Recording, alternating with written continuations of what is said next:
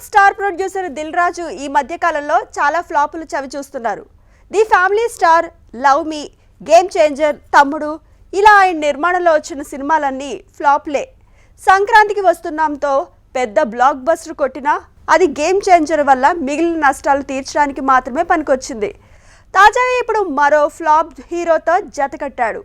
ఇటీవలే Bollywood star hero Salman Khan, Tollywood director Vamshi Paidipally కాంబినేషన్లో దిల్ రాజు నిర్మాణంలో సినిమాని ప్రకటించిన సంగతి తెలిసిందే. ఇన్ని పరాజయాలు అందుకుంటున్నా కూడా వరుస ఫ్లాప్లు చవిచూస్తున్నా సల్మాన్తో సినిమాను ఏ విధంగా తీస్తాడా అనేది $1 మిలియన్ ప్రశ్న. సల్మాన్ నటించిన మొన్నటి సికిందర్ సినిమా భారీ బడ్జెట్ పెట్టి సినిమా తీస్తే నిర్మాత భారీ నష్టాల్లో కూరుకుపోయాడు. 200 కోట్ల రూపాయల భారీ బడ్జెట్తో నిర్మించిన సికిందర్ కేవలం 102.25 కోట్ల రూపాయలు మాత్రమే వసూలు చేసింది. మొదటి రోజు కేవలం 26 కోట్ల వసూళ్లతో ప్రారంభించిన ఈ చిత్రం బాక్సాఫీస్ వద్ద భారీ వసూళ్లు సృష్టించలేకపోయింది. ఇప్పుడు దిల్ రాజు పరిస్థితి అగమ్య గోచరంగా మారనుందా అంటే అవునని అనిపిస్తోంది.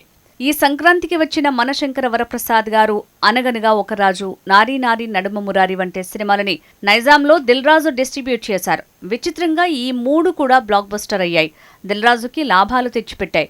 దీంతో ఇక నుంచి దిల్ రాజుకి బాగానే ఉంటుందేమో అని అంతా అనుకున్నారు. కానీ ఇప్పుడు దిల్ రాజుచే రిలీజ్ అయిన సినిమాలు వేరే బ్యానర్లలోకి వెళ్లాయి. సో డిస్ట్రిబ్యూషన్లో కూడా దిల్ రాజు వెనుకంజలోకి వెళ్తున్నారు.